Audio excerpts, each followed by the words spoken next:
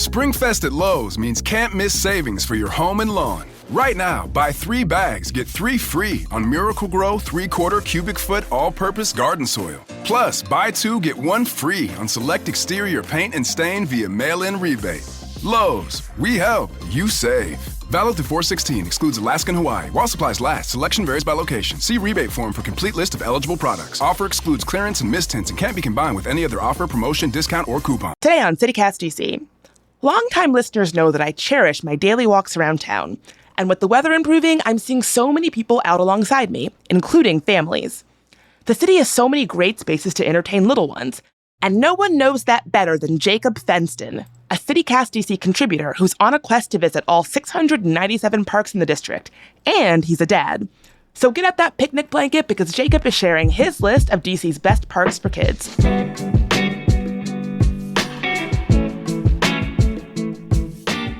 Today's Tuesday, April 15th. I'm Bridget Todd, and here's what DC is talking about.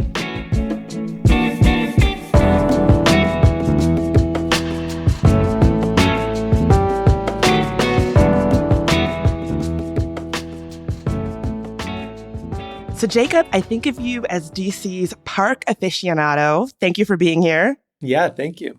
So, what do you think of DC's park scene, particularly for kids? Like, are there enough? Are there too many and it's hard to choose a good one? You know, is there a variety? Like, what's going on with DC's parks? Well, I have been getting to know DC's Parks for Kids as part of this Parks Quest project, so going much farther astray than I usually have. But I also have 2 kids. I have a 7-year-old and 10-year-old. They just had birthdays. They grow. That happens, it's shocking. But yeah, so I've spent, the past decade of my life as a parent in DC, and I've gone to a lot of parks with them. And we do have a lot of parks in the district, which is, I think, really great. Like, wherever you live in the city, you can probably walk to a playground that's near your house. Like, there's public schools with playgrounds, there's DC Parks and Rec playgrounds, there's National Park Service playgrounds. So there's wherever you are, there is a playground and you can walk to it, which I think is awesome. There are some areas where I would say there's room for improvement, and I've really been noticing that in my Parks Quest recently. Yeah, what are some of those areas? Yeah, I would say, so I was, riding my bike around visiting parks during the summer when it was 95 degrees and 100% humid. I really noticed the lack of shade and trees in a lot of parks. And this is something that kind of doesn't show up if you look at a map and you sort of just base it on data. It's hard to quantify when a park is just too hot because there's no trees. And there are a lot of parks that have these rubber surfaces, which I think is cheaper and lower maintenance. So it's all paved and rubber surfaces, and then there's no trees, and it's just totally miserable in the summer, which, by the way, is when kids have a lot of time to be at parks. So I would say we could do a lot better in terms of planting trees at parks. And the tree cover also overlaps with the wealth or poverty of neighborhoods. So it really is a way that parks are not equitable across different neighborhoods. So in the wealthier parts of the city, there's these lovely shade trees, big canopy. It's cool. It's nice. And then you go to poorer parts of the city and it's a very different experience because of that lack of tree cover. I think the other place that parks could be improved is I would love to see a little more creativity in playgrounds for kids, because there's a lot of the same kind of cookie cutter, someone ordered out of some catalog, the same plastic and metal structure. And I think that gets a little boring for kids after a while. Kids are like any other human. You want to see something that's different, go somewhere that just has a little bit of a different experience than you're used to. And I feel like a lot of the parks are the same old play structure that someone ordered. Is that the kind of thing that you look for in a good park for kids? Is the setup a little bit unique? What do you look for when you're looking for a good park? Yeah, something that's unique, something that's fun for grownups. Maybe somewhere that has some nice, places to hang out if you're a grown-up, or also just that's fun to do as a grown-up. I don't know, some of the zip lines at parks are kind of fun for grown-ups. Somewhere that's, that's going to entertain your kids and that they're not going to be nagging you about snacks because they're bored.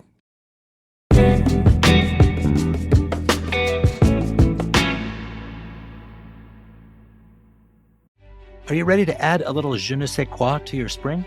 The Alliance Française of Washington, D.C. is here to help you embrace all things French. The Alliance Française of Washington, D.C. offers language courses tailored to every level. Late spring sessions start on May 3rd.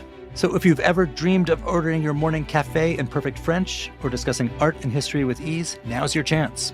But it's not just about the language courses. A membership with the Alliance Française of Washington, D.C. brings you into a vibrant community that celebrates all things French. You get exclusive access to cultural events, wine tastings, film screenings, and more. Visit www.francedc.org to start your journey. Hi, I'm David Plotz, the CEO of CityCast. We've all set health goals: lose weight, exercise more, eat better. But without a plan, those goals often fade. That may have happened to you. It has definitely happened to me. And that's where Prolon comes in. Prolon's 5-day fasting mimicking diet gives you a science-backed, structured approach to stay on track and see real results.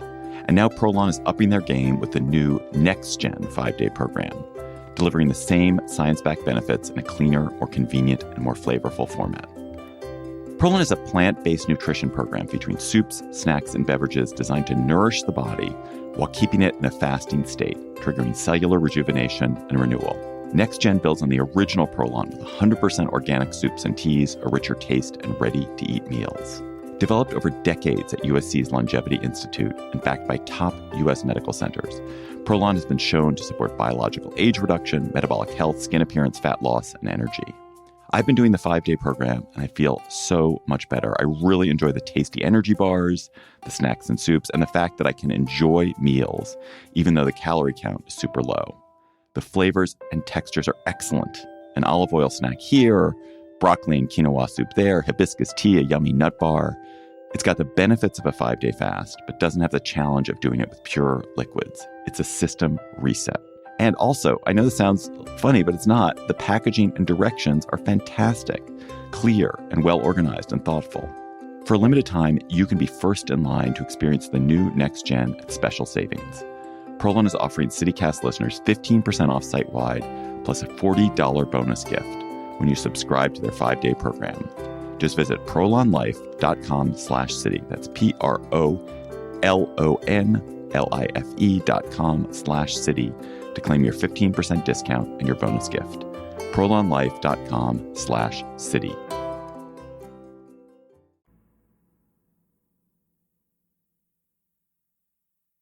Okay, I have to ask, which parks in DC have zip lines? And I need to go to them right away. Well, that's maybe overselling it. They're not like large zip lines. They're little zip lines. But there's one in Columbia Heights. I haven't been there for a while, so sometimes it's not working. But I think it's Girard Park, has a little zip line. Probably not going to entertain you for very long, but you can go do it. Beauvoir Park, which is one that is one of my favorites, has a nice little zip line, which is fun. But going back to my creativity idea, there's all these forested parks around the city that are owned by the National Park Service that are just unmaintained, unused, impenetrable because they're overgrown. What if we built some zip lines between the trees in these parks, Ooh, now we're getting into sort of fun for all. Yeah, now it's like a ropes course, but it's going back to what you said about the best parks being parks that are fun for all ages. And so I wonder, I want to hear some of your favorite park recommendations in DC, but I want to start with parks in DC that might be fun for kids of all ages and maybe a few adults as well. So one of my favorite parks, I just mentioned this, Beauvoir Park. It's on the National Cathedral grounds in Woodley Park. It's a private school, but it's open to the public when school's not in session. And it has just lots of interesting features. And one is the little zip line. It has some interesting slides that are built into the hillside. It has sort of ropes course things that are built into it.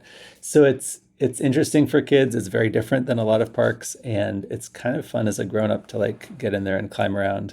And I also I think any park where there's nature and you can sort of get outside and enjoy nature, I think is also something that all ages can enjoy.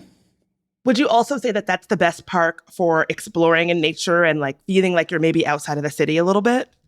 Well, I think the best park for feeling like you're outside of the city is probably Rock Creek Park, even though it's a pretty boring choice, not very interesting, sorry. But it is the biggest park in DC by a pretty sizable margin. And one thing that I think about a lot at parks is the noise pollution, which again is something that maybe doesn't, you don't think about if you're looking at a map or trying to quantify parks. But if you can get somewhere and you can't hear car traffic and can't hear leaf blowers and can't hear lawnmowers, I think that has a great sort of mental calming effect and really does feel like you're outside of the city. And anyway, Rock Creek Park is, I think, one of the few places that you can get that in the city, even in a lot of other like natural areas that I really love, like Kingman Island is a great spot, but you can still hear traffic, in a lot of those parks. I love Kingman Island, but you certainly can still hear traffic. Did you hear that people were camping there? Like they were doing a program where you were allowed to camp there for a while? Oh, yeah. I did a story about that in 2019. I think that's right. Yeah, it was right before the pandemic. And then I think the pandemic happened and other things happened and they didn't like continue it. But we did a camping sort of like test run. Charles Allen was there. I think Tommy Wells was there, the council member and former council member. And a bunch of people were sitting around the campfire, like with a guitar in the middle of the city. It was pretty cool. I would love it if that kind of thing were possible on a more regular basis. Yeah. But you could totally hear traffic all nights. And there was like kind of bright lights shining from the RFK direction too. So, I mean, you still are in the city. That's just the long and short of it. But, I do think that there are things happening in parks that people might not know or might not expect to be happening in DC. So my good friend Stephanie is an equestrian, and I was very surprised to find out that you can ride horses in Rock Creek Park. And then I read your CityCast DC article about this. People might not know this, but if you want to ride a horse, you can do that right here in DC at Rock Creek Park. I'm like still always surprised when I see someone on a horse like coming toward me in Rock Creek Park because it's surprising. But yeah, they do lessons. There's like a equestrian center up near sort of in the northern part of the park. They have kids lessons, I think adults lessons. And you can also just kind of go and like there's like a stable and you can watch people ride horses around, which is not something I've actually ever done, but I love that it's an option. I love that it's there. And I think it's cool to just have that in the city limits. So let's say that you're the kind of person or parent and you want to do like, Frisbee-based games. You want to play tag. You want to do that kind of thing where you need like an area to run around. What is the best park in DC for those kinds of yard games? I love East Potomac Park / Haynes Point for that kind of open space because it has a really large kind of, grassy area, especially toward the southern end. And it also just feels really open because it's at the confluence of the rivers. And so you have just like kind of a big sky that you don't have in a lot of the city. They now have made the mini golf course functional again and redone it. So that just reopened, which I think is really cool. So that would maybe be my top pick. There's also lots of other places around the city that I think are great for that, like Anacostia Park. I mean, it can be kind of hot in the summer because there's not a lot of big shade trees, but like has huge expansive lawns that are really great for that. And people do cookouts there and big events also. Oxen Run Park is also good for that with some big open spaces. The National Mall, depending on whether it's tourist season or not, can also be good.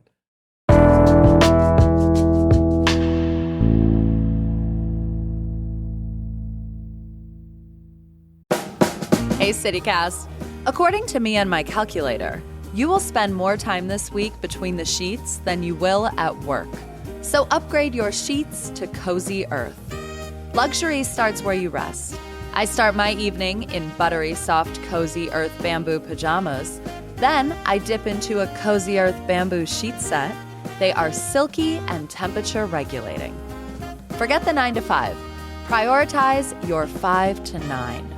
Cozy Earth products will transform those hours into a sanctuary. And they take comfort seriously with a 100-night sleep trial and a 10-year warranty. Luxury should not be out of reach, so Cozy Earth is giving CityCast listeners 40% off their best-selling sheets, towels, pajamas, and more. Visit CozyEarth.com and use the code COZYDC for 40% off because you deserve a great night's sleep, and sanctuary awaits at Cozy Earth. Are you still quoting 30-year-old movies? Have you said cool beans in the past 90 days? Do you think Discover isn't widely accepted? If this sounds like you, you're stuck in the past. Discover is accepted at 99% of places that take credit cards nationwide. And every time you make a purchase with your card, you automatically earn cash back.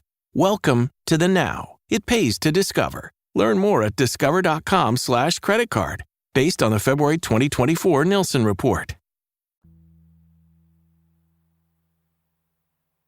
As somebody who has been to as many of DC's parks as you have, and you're like an aficionado, I don't know if this is like asking you to choose your favorite child, but if you had to say a favorite DC park overall for kids, what would it be? I would have to say Rock Creek Park again, just because I think that like getting in nature with kids is so important, and being able to like learn about trees, learn about streams. I think that's all super important. And my kind of personal connection to it is during the pandemic, the city was like literally chaining playgrounds closed with padlocks. And it seems a little bonkers in hindsight, but like the public space was so constricted. And we spent a lot of time in Rock Creek Park, and it was kind of a lifesaver because just being able to get not just out of the house, but like out of the house and in nature, but not very far from home was so great. In the early days of the pandemic, I firmly agree. I think that Rock Creek Park saved my life. And I think I actually did have a couple of those cautious, socially distanced, outdoor, even though it's very cold out, gatherings. And all of them that I had happened at Rock Creek Park. Like something about that. And I honestly do feel like, I had been going to Rock Creek Park pretty regularly before 2020. But I think that something happened where people were like drawn to Rock Creek Park in new ways. Like I would see people meditating there that I had never seen before. Like it was something about that park really did something for the residents of DC in 2020. I think you're right. And I think I didn't actually have an appreciation for it before 2020. I was like, it's not that great. It's like, polluted. The trails are in bad shape. Like I think I didn't appreciate it until the pandemic, and I spent a lot more time there. Do you have any tips for going to Rock Creek Park with kids? You don't want to tire them out too much or bore them. You don't want to be like, oh, kids, look at this interesting mushroom formation, and they're, making fun of you. What tips do you have to keep it a productive, fun experience for all parties? I think, choosing somewhere that you think your kids can do reasonably and having sort of a fun destination is good. Depending on the age of kids, I think, biking or skating or whatever on the closed roads is awesome, but you have to kind of choose when to go, because if you go at a time when it's really busy, that can be rather stressful when there's like, herds of cyclists going by at top speed and your little child is like weaving around. So I'd say, think about timing, like when you can go when it's not going to be super crowded if you're going to go on the closed part of Beach Drive. And I also I really like the trails that are close to the creek because, kids can like climb around.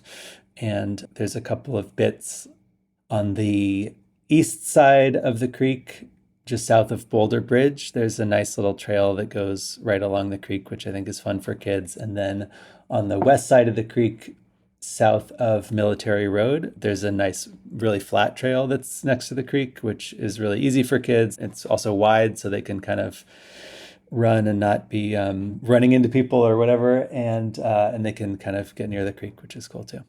As somebody who has been to so many of DC's parks, you must have great memories and great stories about going to these parks with your kids. Yeah, it's actually been interesting during this Parks Quest to like go back to parks that I have been to a lot with my kids and revisit them. I went to Yards Park down in Navy Yard. It has this like canal basin thing that is, I think they designed it just to be like a fountain, and it sort of mimics, there used to be a canal there that ran into the Anacostia River, and so they designed it to kind of look like that canal and speak to that history. But it's like a couple of feet deep, and immediately people started like using it as a little baby like kid pool, and it's like open earlier and stays open later than any of the DPR parks or splash pads.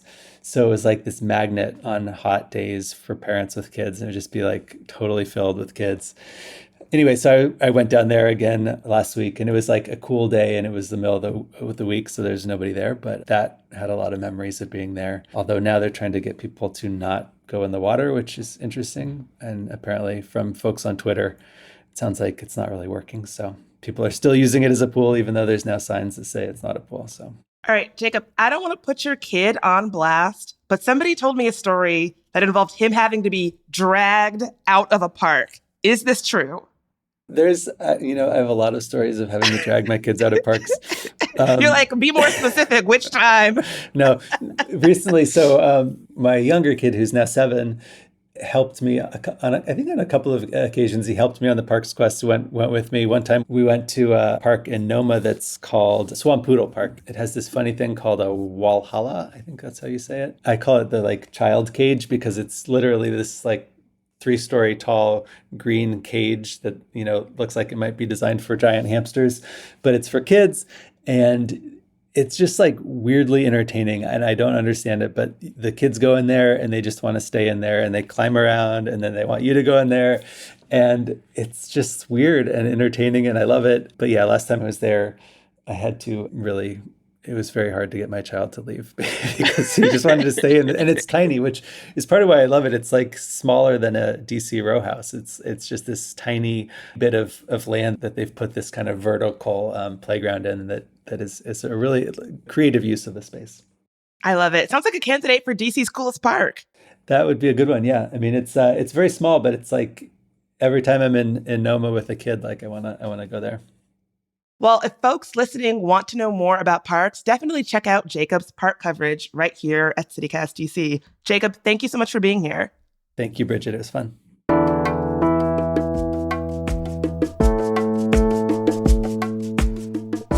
That's all for today here on CityCast DC. If you enjoyed the show, share it with the parent in your life. We'll be back tomorrow morning with even more news from around the city. Talk to you then.